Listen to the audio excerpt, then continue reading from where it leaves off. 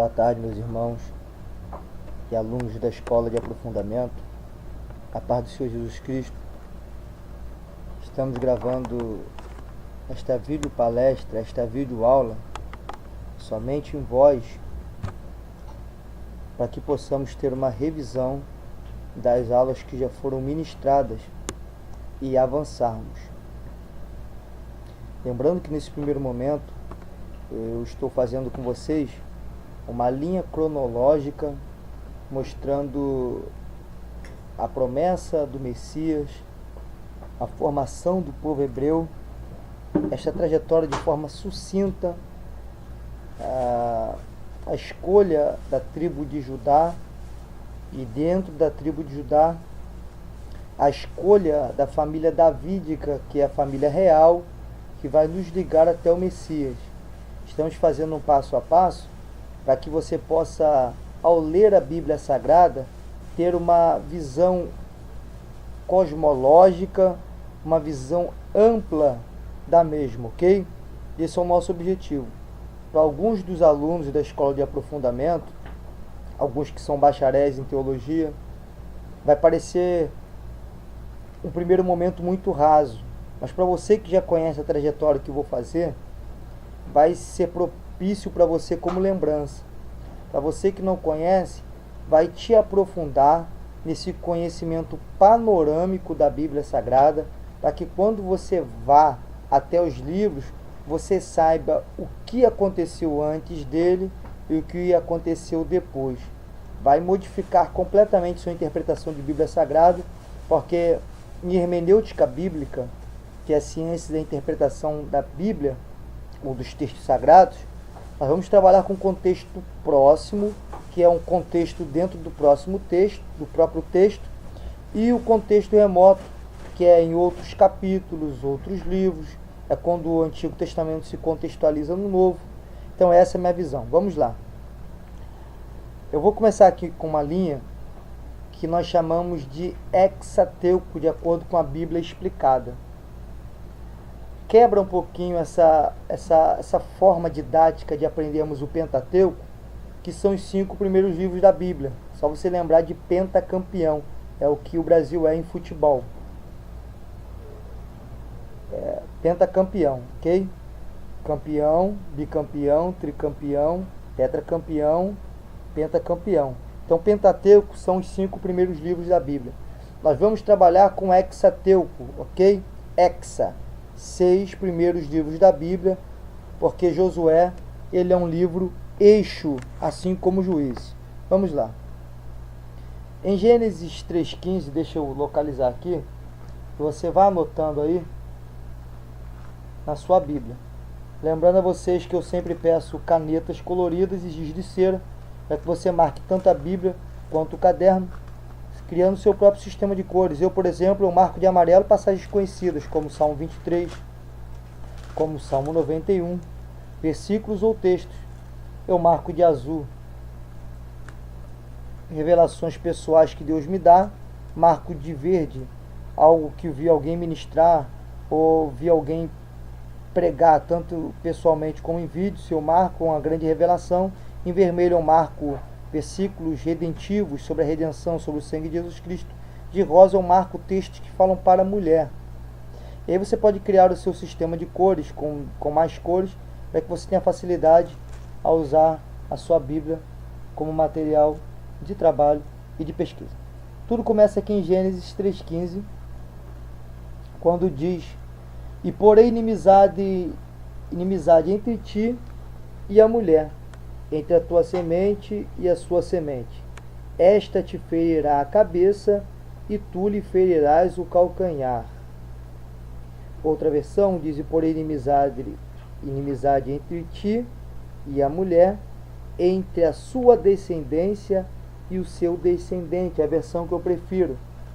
A descendência da serpente é a raça de víboras, a qual João Batista pregou no Jordão.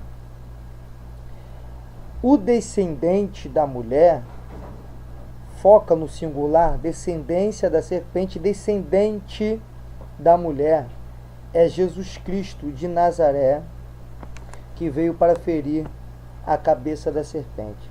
Este livro de Gênesis, Gênesis significa começo, princípio, ele é um livro de começos físicos, os luminares que vão governar dia, vão governar noite.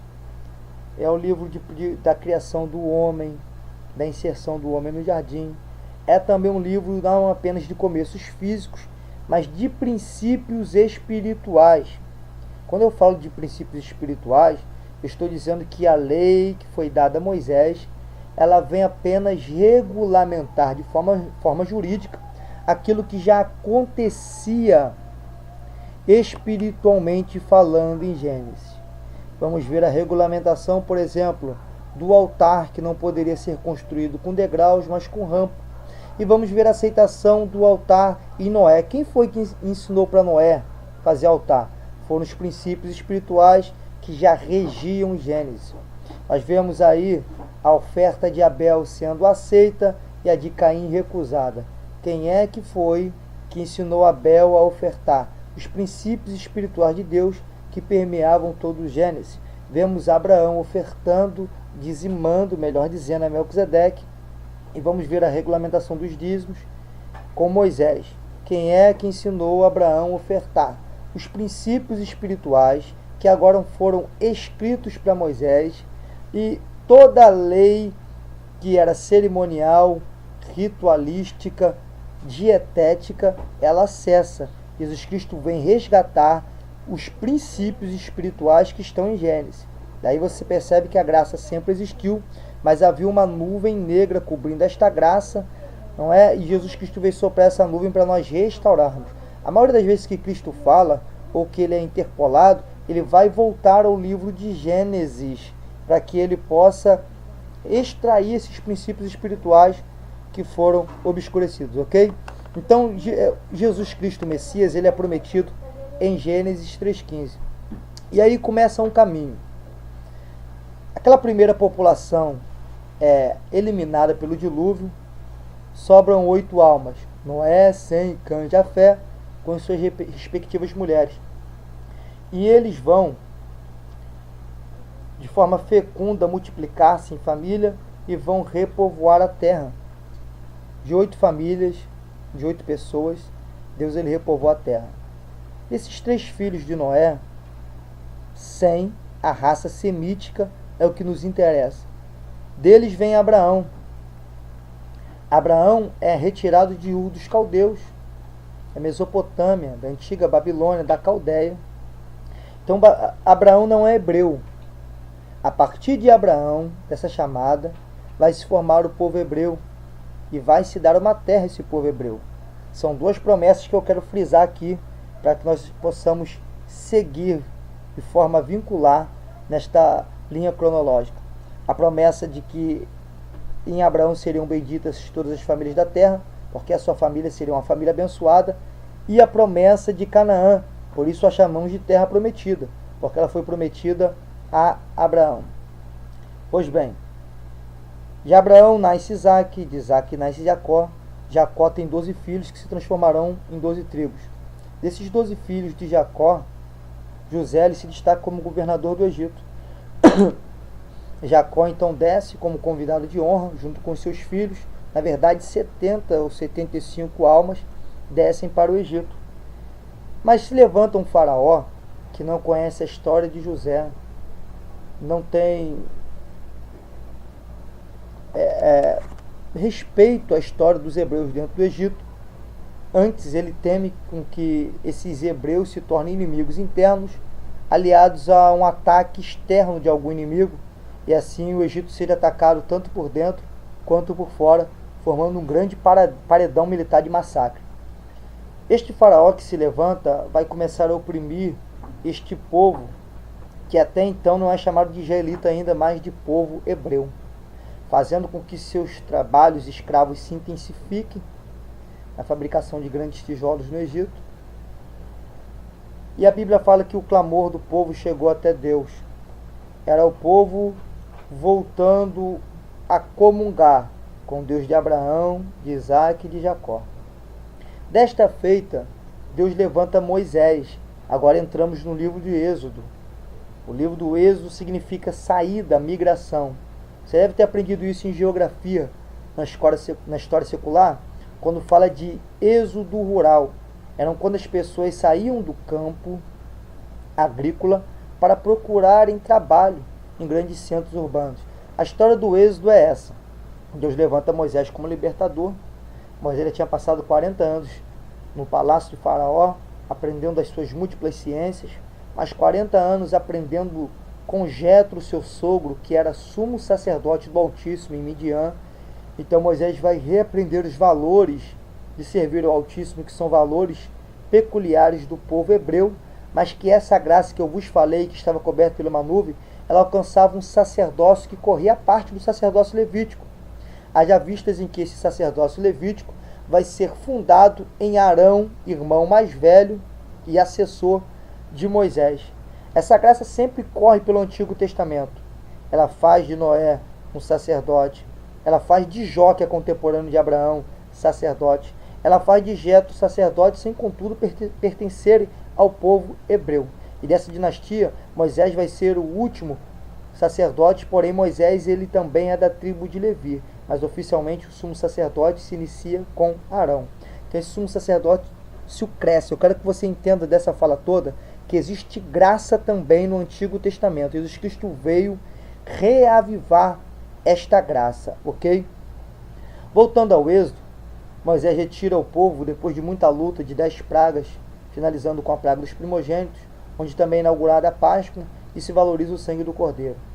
Atravessa o Mar Vermelho com este povo e vai peregrinar 40 anos no deserto, após o mar se fechar e exterminar Faraó.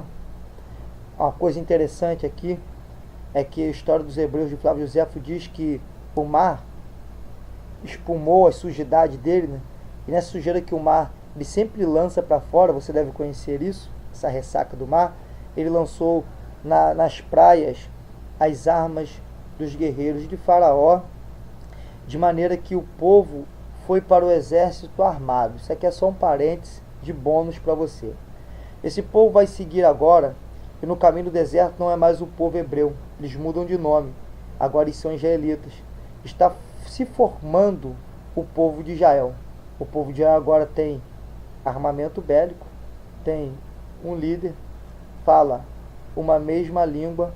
O Senhor agora precisa dar leis e dar uma terra para este povo. É o que caracteriza um povo: a terra, a língua e as leis. Então ele segue esse percurso no deserto. E dentro desse percurso no deserto, Moisés ele vai ser chamado por Deus a estar no Monte Sinai. Esse período de intimidade em que Moisés recebe as leis vai durar mais ou menos 40 dias.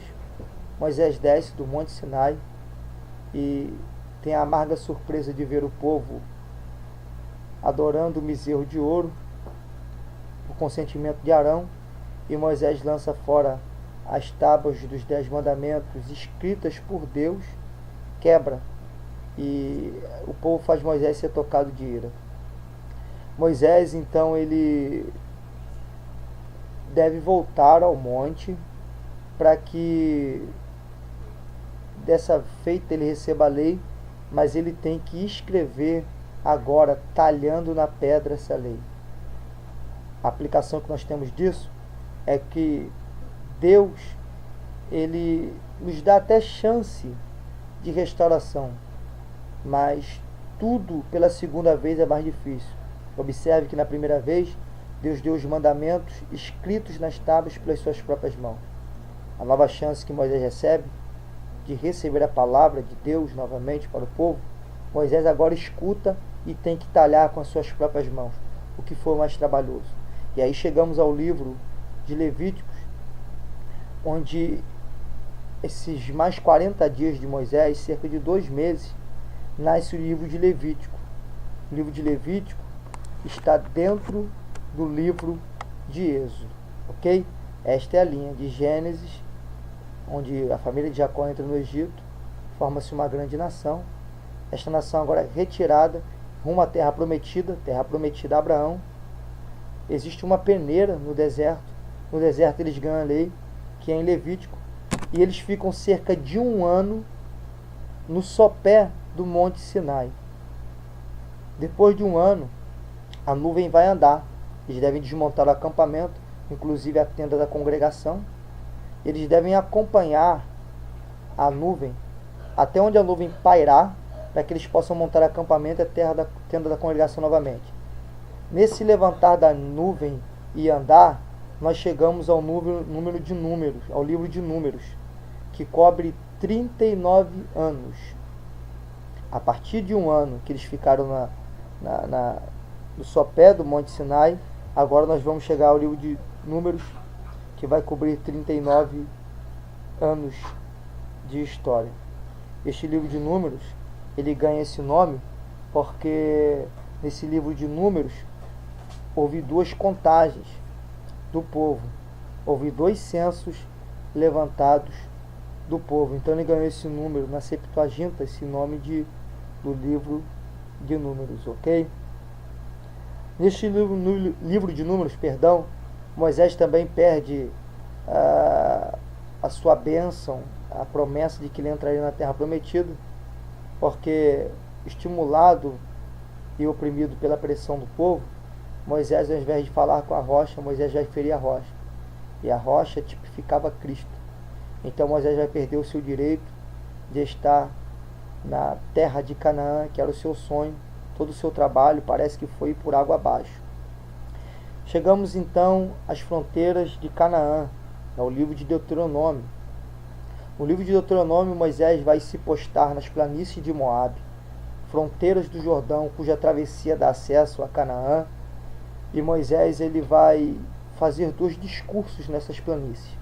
Ele vai fazer um discurso no Monte Ebal, promovendo maldição a quem desobedecer os mandamentos do Senhor.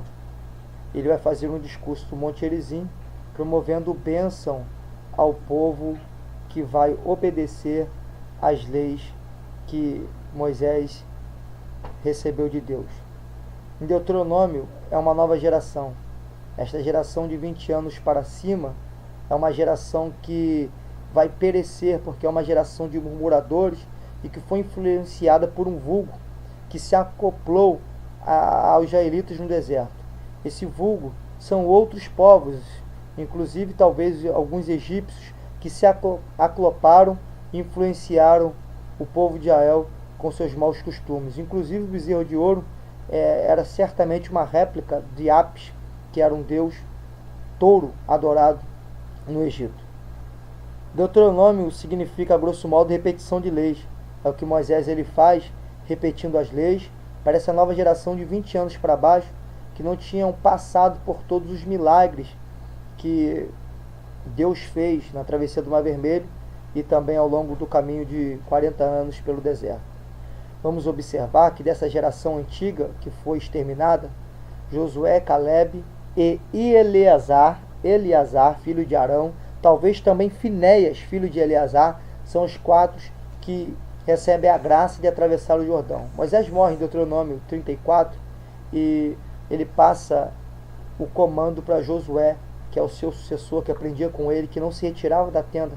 Era um homem que nasceu em intimidade para com Deus e teve amplo treinamento aos pés de Moisés. Entramos agora no final do Hexateu. Como Moisés tinha enviado Josué e Calebe, eles foram felizes no seu relato sobre a terra prometida, porque os outros 10 espias, no total de 12, disseram que o povo tinha cara de gafanhoto, o povo era gigante, a terra era intransponível. Josué e Calebe veem os cachos de uva, os figos, as romãs, e dizem que a terra mana leite e mel, e que é a própria terra prometida, e que é possível conquistá-la porque as promessas de Deus não podem falhar, a menos que nossas ações abortarem essa promessa. Josué entra como comandante daquele povo.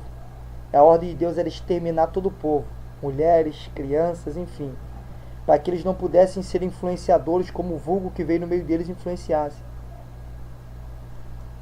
No capítulo de número 15 de Josué, nós vamos observar que na partilha de terra se destaca a tribo de Judá. E é aí que eu quero que você atente para a linha panorâmica. Até então, nós vemos a ênfase sobre a tribo de Levi. até porque Judá, que deu origem à tribo de Judá, é uma história que entrecorta a história de José. A história de Judá aparece entrecortando a história de José apenas para trazer à tona o adultério de Judá com a sua própria nora Tamar, onde já tinham morrido os dois dos seus filhos, Er e Onã, e agora o seu terceiro filho, Judá recuou de dar a Tamar. Mas ela, se vestindo de uma prostituta, foi buscar o seu direito. E ela vai agora usar da lei do levirato, embora fosse para irmãos.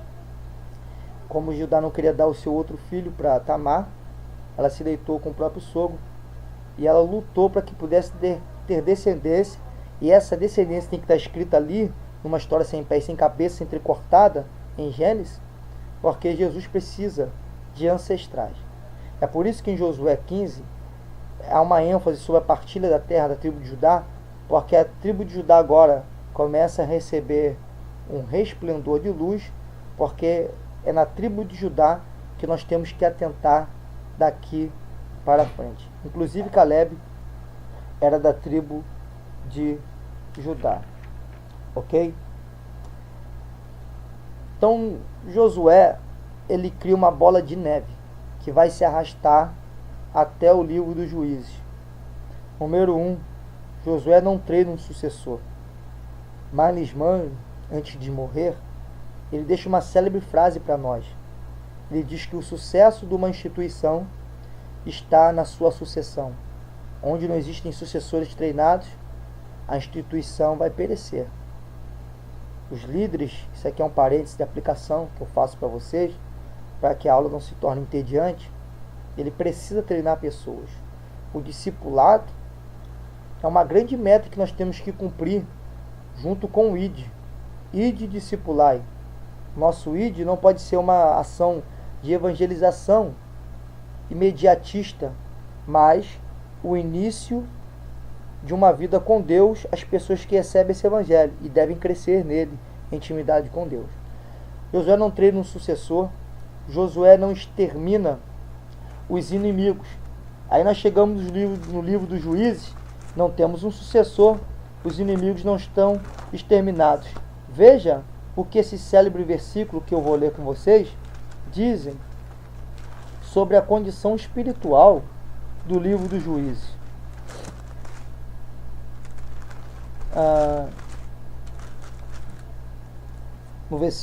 No capítulo 2 de Juízes, no versículo 10, olha o que diz: e foi também congregada toda aquela geração a seus pais, e outra geração após eles se levantou, que não conhecia o Senhor, nem tampouco a obra que fizera Israel. O livro dos Juízes é um livro que não tem um líder sucessor treinado por Moisés. Os inimigos estão na terra. Essa geração não conhece ao Senhor. Então essa geração é oscilante. Não existe um rei. Cada um faz o que bem parece aos seus olhos. É a verdadeira lei de Murici. Cada um por si. Mas quando os inimigos que não foram exterminados por Josué, eles ganham força e atacam o povo de Israel, sejam para ganhar terreno, sejam para roubar as colheitas, esse povo clama no meio da sua opressão. E Deus levanta libertadores, que é o que dá um nome ao livro dos Juízes. Entenda bem que esses juízes aqui não tinham um martelo de lei para julgar apenas causas. Sobretudo, eles eram chefes militares e não togados. Eles eram chefes militares que Deus levantava às vezes com uma influência na sua tribo, uma influência tribal, e às vezes sobre um território mais amplo, mas não eram reis. Com exceção de Abimeleque, que é considerado o rei títere. A palavra títere significa um rei manipulado, um rei fantoche.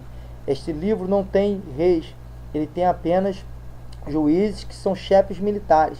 Alguns se destacam mais, como Jefté, como Sansão, como Gideão, como Débora e Baraque. Outros, como Eude, como Eglon, como Etiniel, não tem uma história com tantos episódios e aventuras contadas. Fora isso, nós temos o período da judicatura, que é o período que não se fala muito, não existe muito conteúdo para ser abordado. Agora, o que me chama a atenção no livro dos Juízes é que aqui já começa a se destacar a predileção de Deus por Judá, e se destaca também o desfavorecimento de Benjamim. Se nós formos observar, e aí vai para você ler, o capítulo 19 de Juízes, vai nos contar o absurdo que havia no meio da moral daquele povo, onde o levita vai repousar em Gibeá, na casa de um velho cidadão, e eles vão bater a porta daquele velho pedindo o homem levita para práticas homossexuais. O velho insta com eles, mas enfim, a situação constrangedora e ameaçadora faz com que o levita empurre para fora sua mulher, e eles abusam da mulher do levita durante toda a noite. Ela volta cambaleante, morre na porta, estuprada. O levita leva de volta para o seu lar, parte em 12 pedaços e envia as 12 tribos de Israel. Foi uma revolução terrível e tremenda. Os filhos de Israel se juntaram, para encurtar a história, porque você vai ler no capítulo 20, o povo de Israel vai vingar dos benjamitas esse ultraje, porque os benjamitas protegeram os homens que fizeram este crime odierno. Mas no capítulo 21, sobrando apenas 600 benjamitas, eles vão prover 400 mulheres de Jabes de Gileade, que não fizeram o propósito que eles fizeram, que não estavam neste voto, que eles não dariam suas filhas aos benjamitas. Porque doeu o coração, porque quase que essa tribo foi exterminada. Isso lança a luz aos livros de Samuel, aos 2 livros. Por quê? A predileção por Judá e a insatisfação da escolha de Benjamim. Isso já mostra aqui dentro do livro de Juízes. Isso já vem acontecendo desde o livro de Josué. Não vamos abordar o livro de Ruth, porque esse livro de Ruth está dentro do livro de Juízes. É uma aventura, um episódio que está dentro do livro de Juízes, cronologicamente falando. Mas, no primeiro livro de Samuel, inclusive Samuel fecha o ciclo dos juízes, depois dele, ele é o último juiz de Israel, reunindo no bojo do seu ministério sumo sacerdócio, juiz e profeta. Sumo sacerdócio, ministério profético e ministério de juiz. Esse livro vai ter três personagens principais. Samuel, que é aquele por quem Deus dirige o povo. Saul, de Benjamim, filho de Quis, que vai ser o primeiro rei de Israel, mas é um rei escolhido pelo povo, que dos ombros para cima é o mais belo. E Davi, que é a escolha de Deus, Deus escolheu, que é da tribo de Judá. O livro de Josué faz uma transição do povo sem terra para o povo que tem terra, a terra prometida, embora não a conquiste integralmente. É o primeiro eixo. O segundo eixo é do livro de Juízes, pois o povo sai do período de Josué, onde tem terra e tem um comandante, para uma terra sem comando, onde vários comandantes vão surgindo, mas nenhum deles é um comandante central. Isso é o livro de Juízes. O livro de Juízes faz um eixo para Samuel, que é o eixo, a transição da teocracia, onde Deus governa o seu povo, o povo clama a Deus, e Deus dá diretrizes políticas e militares, para um governo humano, para uma monarquia, um rei que se assenta em trono, tem cetro e tem coroa. Ok? Dentro do livro de Samuel agora existe mais uma transição. Além da transição da teocracia para a monarquia, tem a transição da monarquia para a monarquia, da tribo de Benjamim para a tribo de Judá, de Saul para Davi. Essa é a teocracia, é a transição dentro do livro de Samuel. Esse livro começa com a programação do nascimento milagroso de Samuel, pois ainda era estéril, e finaliza com o sepultamento de Saul. Então nós começamos o segundo livro na história de Davi, onde nós vamos ligar o Messias, não tira os olhos disso. O centro de interesses teológicos desse livro é o reino davídico. Por conseguinte, lança a luz ao reino de Deus e ao reinado messiânico, ok? Que é o reinado de Jesus Cristo. Dentro da compilação literária judaica, 1º e 2º Samuel, 1º e 2º Reis, são livros históricos literários do reino, considerados como 1º, 2º, 3º e 4º livro do reinado. Então vamos atentar a esse vínculo com esses livros aí, junto com os livros das crônicas também, os 2 de Samuel, os 2 dos reis de Israel e Judá, e os 2 das crônicas de Israel, dos reis de Israel e de Judá, vão formar uma grande placa histórica, pois são livros históricos e são livros de episódios monárquicos, ok? Esse livro também nos mostra, até agora em Juízes, fica muito patente, muito claro, a divisão em tribos. Esse da tribo tal, esse da tribo tal. Agora, com Saul e com Davi, vai se perseverar o reino unido. Nós vamos destacar agora Israel não partilhado, fracionado, mas em bloco. É a nova visão que nós vamos ter. Por quê? Porque mais tarde nós vamos partir esse bloco. Eu vou falar com vocês de reino do sul, reino do norte. Vamos entrar aos cativeiros até chegar ao último cativeiro, que é o cativeiro romano. E aí chegamos ao nascimento de Cristo, que é a linha que eu quero chegar com vocês, tá ok? Só adiantando uma coisinha para vocês, Saul representa Saulo. Saulo era da tribo de Benjamim, era um nome que foi dado em homenagem a Saul. Este mesmo Saulo vai ter que se render a Jesus, que é da tribo de Judá. Ele vai dar lugar na sua vida e no seu ministério, pois era fariseu, a Jesus da tribo de Judá. Assim como Saul começa a dar lugar a Davi, desde que Davi toca a sua harpa para acalmá-lo, aplacar a sua ira, que era promovida por um espírito maligno vindo da parte do Senhor. Então, na história também de Saulo, sai o Saulo, que é representante da tribo de Benjamim, e entra Jesus, que é representante da tribo de Judá. Como na história de Saul, sai Saul da tribo de Benjamim e entra Davi da tribo de Judá. Uma aplicação cristocêntrica para nós. Semelhanças entre Jesus e Samuel. Ambos eram dedicados a Deus antes do nascimento. Possivelmente Jesus também era um nazireu, se fala isso.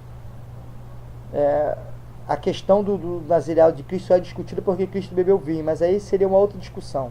Pois quando ele faz o vinho, em João 2, nas bodas de Caná, ele faz o vinho da água. O vinho não está fermentado porque não dá tempo, é um milagre imediato, um milagre pronto, um milagre breve. Em segundo lugar, Jesus Cristo bebeu vinho na Páscoa, mas na Páscoa era proibido o hametz, o fermento. Se os pães eram asmos, era proibido a fermentação nos pães, era proibido qualquer tipo de fermento, era proibido fermentação no vinho, o que faz alcoólico.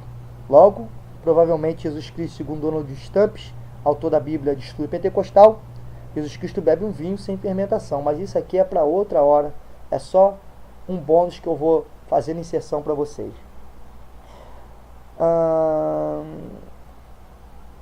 Ambos, tanto Samuel quanto Jesus, fazem elo entre dois estágios da história que antecede o silêncio profético.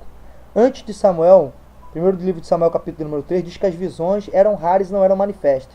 Jesus Cristo rompe o silêncio profético de 400 anos, onde João Batista é a voz do que clama Deus no deserto. Mas se João Batista é a voz, se Deus é o interlocutor, Jesus é o verbo. Então Jesus está presente na quebra de silêncio de 400 anos proféticos do período interbíblico, assim como Samuel agora vai promover profecia num período em que as visões não eram manifestas e havia carência de profetas. E nisso eles se assemelham também. Saul ilustra o fim trágico dos reinos da terra e Davi o reino eterno de Cristo. Versículos chaves dessa transição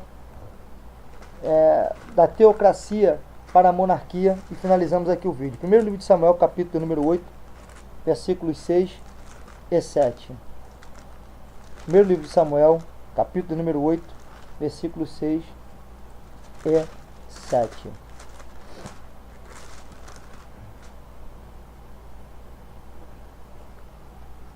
Porém, essa palavra pareceu mal aos olhos de Samuel, quando disseram: dá-nos um rei, para que nos julgue.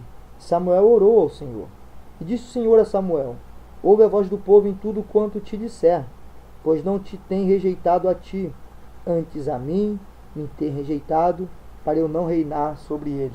O povo se revolta contra o reinado de Deus, o reinado teocrático, pede um monarca físico que vá diante deles, que seus olhos possam contemplar. E aí estamos construindo essa história seletiva, onde Deus escolhe Abraão, a família de Abraão, abençoa a descendência de Abraão, torna a nação, dá uma terra, passamos pelos processos dessa terra, chegamos até Davi. Dentro dessa terra se escolhe a tribo de Judá, dentro da tribo de Judá se escolhe a casa de Jessé, da casa de Jessé se escolhe Davi, e da genealogia de Davi nós vamos ter aquele que é filho de Davi, mas que também é a raiz de Davi. Ele é antecessor a Davi, pois ele é eterno, mas encarnado ele é filho de Davi, pois pertence à sua genealogia. Fique ligado na linha cronológica. Até a próxima videoaula. Que Deus possa vos abençoar. Qualquer dúvida, por favor, me chama no WhatsApp. É mais fácil do que ligação para atender mais pessoas.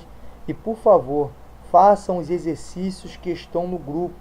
São exercícios de fixação para vocês fixarem o conteúdo. E são exercícios de revisão. Às vezes eu passo revisão, um exercício para você responder as perguntas, fazendo revisão do que nós trabalhamos. E às vezes de fixação para você fixar o conteúdo trabalhado, ok? Deus possa vos abençoar. Até a próxima. Beijo no coração.